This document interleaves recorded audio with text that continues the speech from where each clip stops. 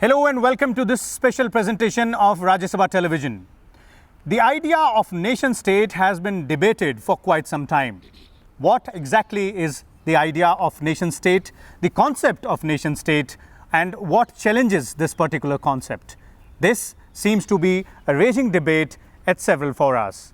What lies ahead as far as the concept of nation state is concerned, and what might be the future for those particular theories which challenge this particular concept?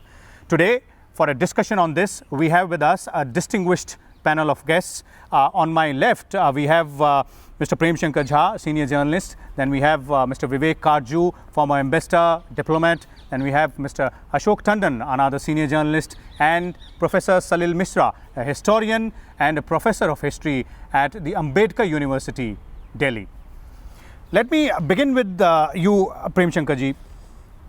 As I was saying, the definition of nation state is something which cannot be pinpointed to as to this particular defines nation state, or sometimes there are several people who are not even comfortable with the idea of nation state. What exactly, or in which terms specifically, would you define this particular concept? Is it still relevant in our ages right now? I think it's very relevant, because without understanding the nation state, you will not understand what's happening to it, and therefore what is happening to the world around us. The nation state is an amalgam of two ideas: the idea of the state as such, and the idea of the nation. The nation is a culture, essentially a cultural identity. It's language, history, then your religion, and your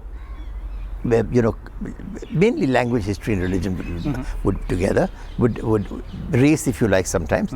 But this amalgam it creates over a period of time a culture, a way of looking at things. Now, before 200 years, say 250 years ago, there was no concept of the nation state. There were states, all of them had many nations in them. The nations themselves were rather small. There were great diversity existed in the world, of languages, of dress, of food. You could see that from all the historical, films we see today. The two were amalgamated during the era of capitalism, particularly industrial capitalism, because the scale of production of industrial capitalism was large and covered large areas, including many national groupings, like ethno-nations as they are called. Now, the industrial state, this kind of industrially driven state, therefore had to, because of the need to protect its markets, drew hard boundaries.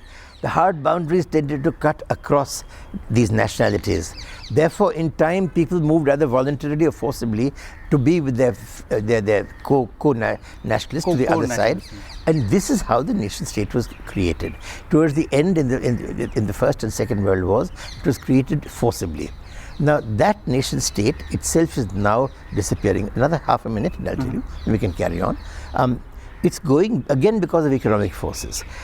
Globalization is the expansion of capitalism to a point where the minimum scale of production for efficiency cannot be contained within even a very large nation state, but must in fact go to create a larger market of many states, or maybe even the whole world. Okay. Now, for that kind of capitalism to flourish, the barriers between nation states had to come down. First, the economic barriers came down. As you've seen, all kinds of tariff barriers and things have been removed. Financial movement barriers have been removed. We are all integrating economically, and by and large peacefully, and that's a kind of a weakening of the nation state.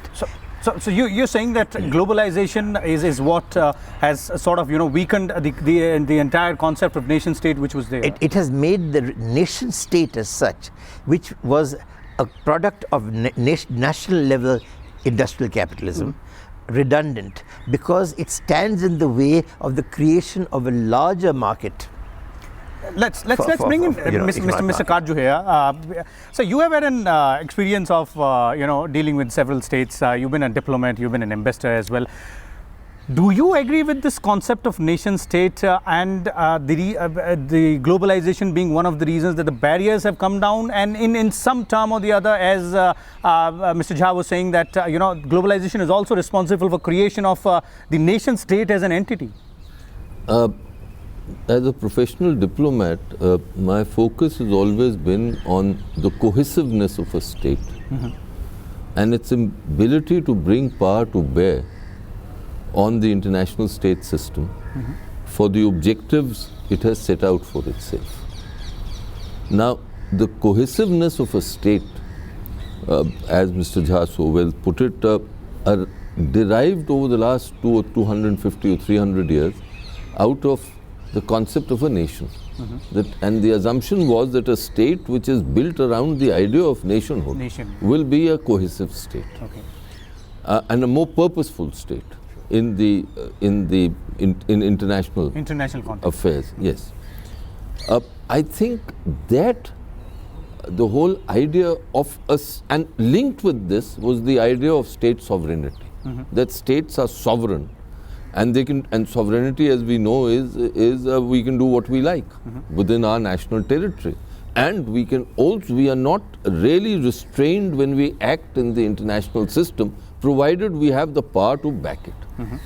Now, I think these ideas have been under a challenge for a variety of reasons, including economic, over the past, say, 6 or 7 decades especially, though the challenge had become much earlier, but now it's more severe. And states, because of the differential in power system, some states are able to maintain the concept of sovereignty to a fuller degree. Others are now realizing that they have to share these ideas.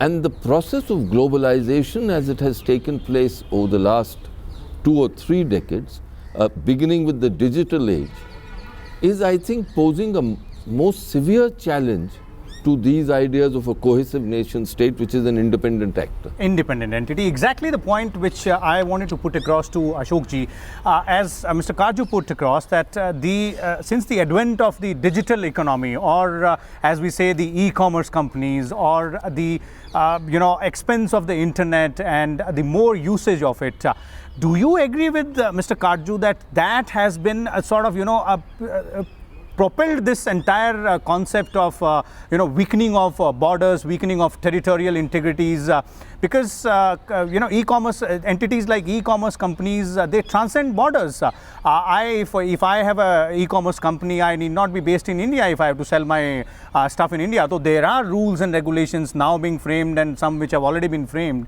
But do you also agree with the fact that the advent of digital age has sort of fueled this process a little more, made it a little more faster? See, this is not the only time when there is a threat to this concept. In fact, this concept is a product of the modern political philosophy which emanated from the West. And the West hegemony through either economic domination prior to the World War and later also was first challenged by the communist philosophy. And they said that the state will wither away if our philosophy transacts borders. But through these ages, first, the communist philosophy has not been able to be implemented with the state withering away. And the West also, through its economic domination, global hegemony, has also not been able to succeed to a large extent. Now, coming back to your point, see, India is a different country.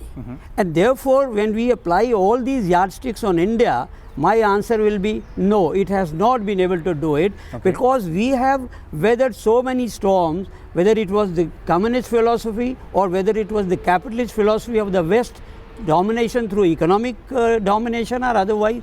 And now coming back to globalization in India, which started practically from 1991 onwards, there were apprehensions that what will happen to Indian nation state. But we have weathered that storm also, and now the latest threat which you are trying to debate is the e-commerce companies, or I will even go to the extent of the multinational companies which are not e-commerce. The internet phenomena. Internet phenomena as well.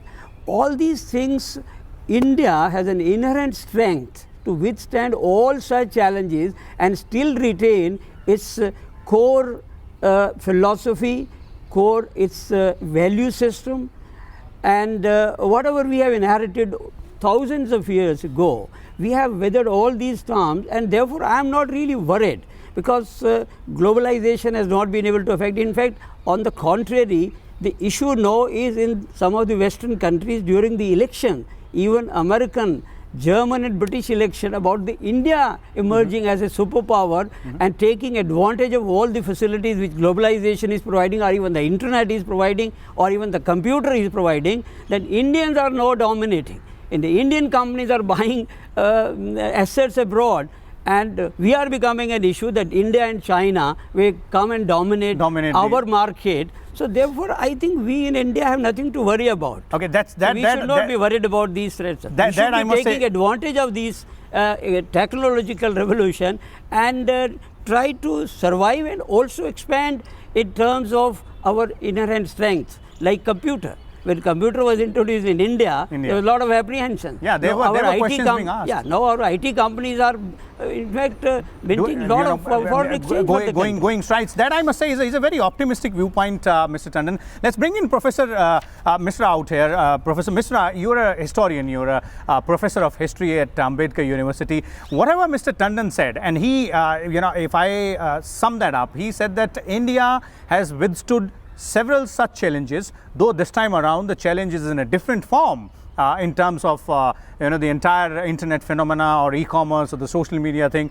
But do you agree with this point that this is not that difficult a challenge which the India as a nation state will not be able to take on or withstand? Well, let me make 2 points.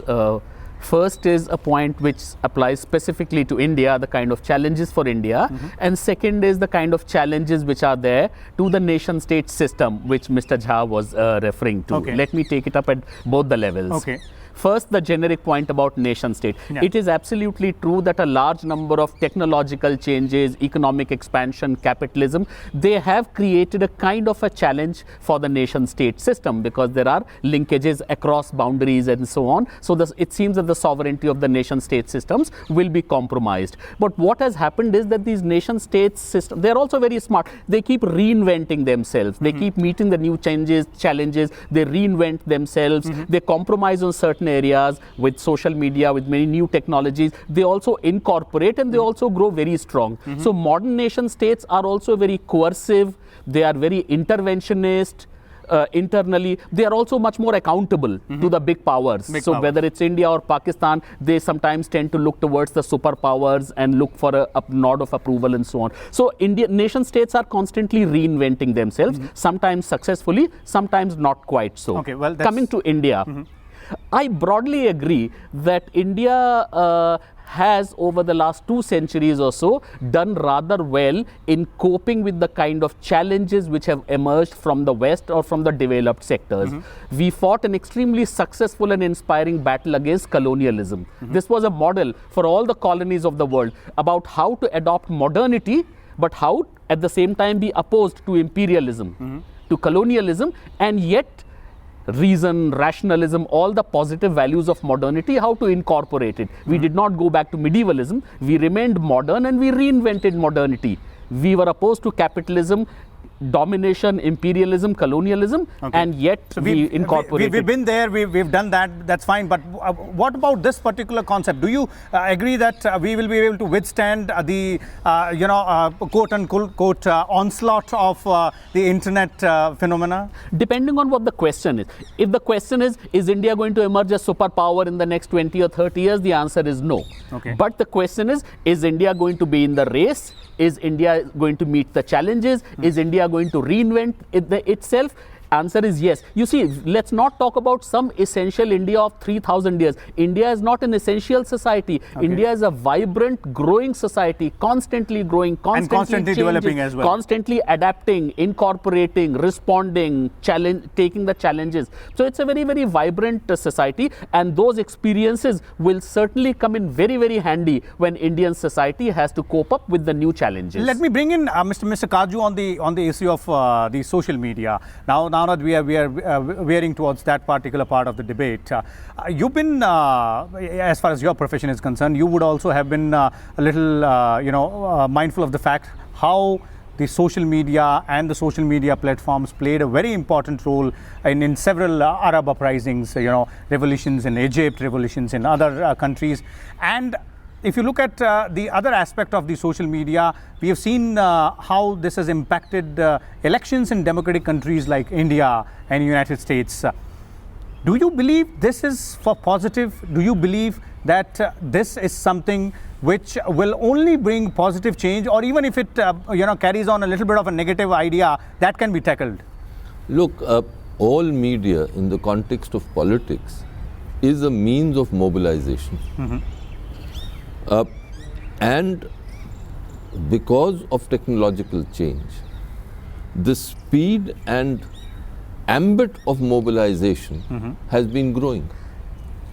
The social media, again, because of technological aspects, has now a potency for mobilization, both negative and positive, which is unprecedented in history.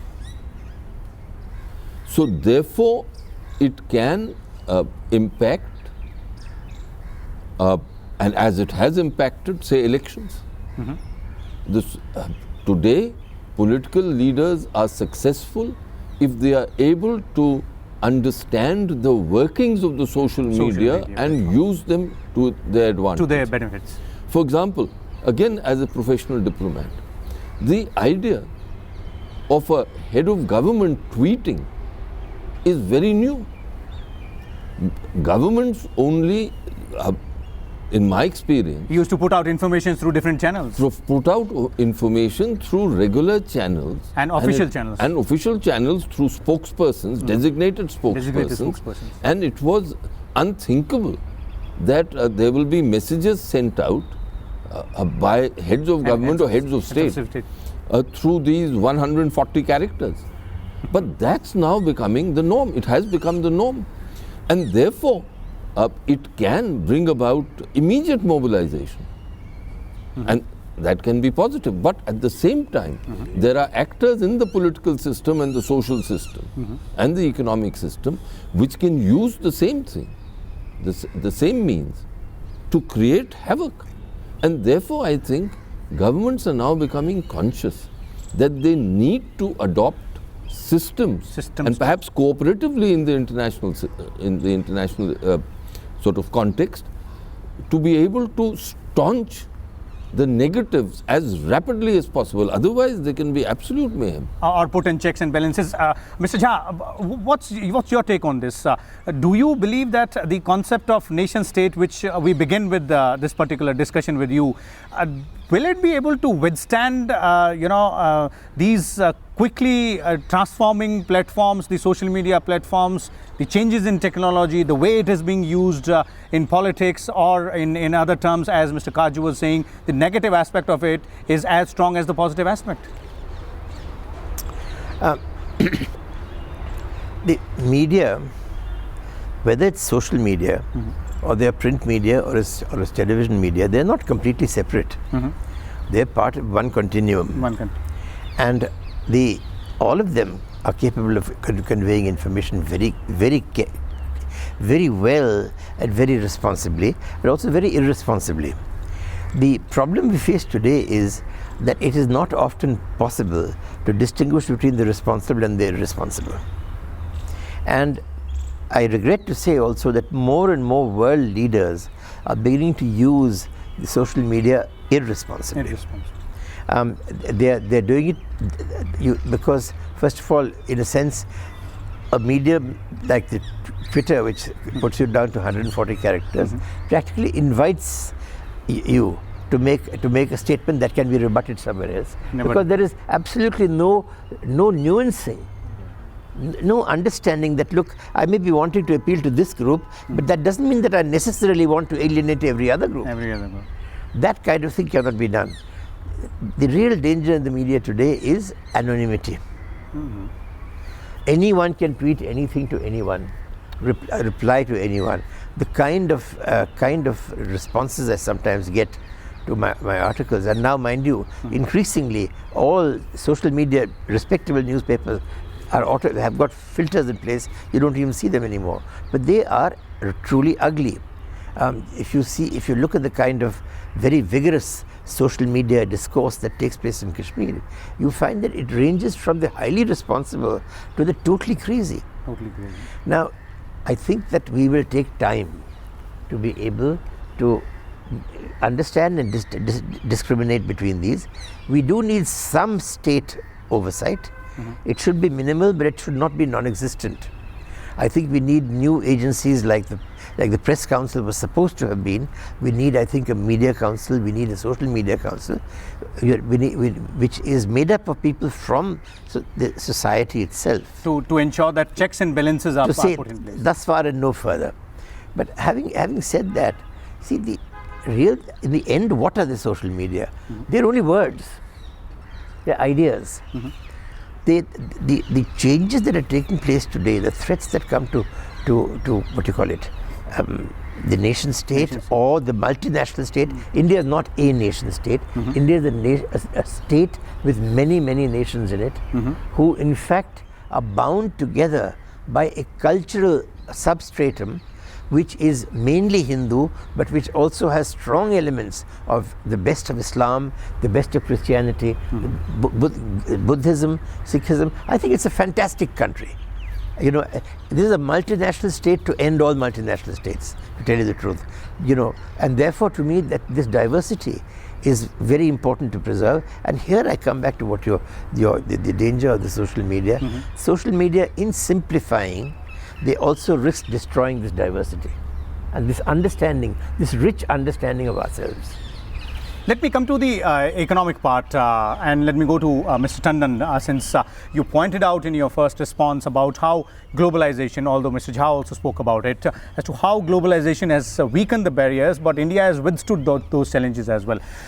Do you also believe that in terms of economy, platforms, the e-commerce platforms now which do not conform to or do not have to conform to the territorial integrity as we, sort of define in terms of nation state or multi-nation state, do you believe that that is also one very important aspect apart from the social media or what is written there or the, the formation of the public opinion, the way economic activities are now being, carried forward, that is also one aspect which needs to be taken care of?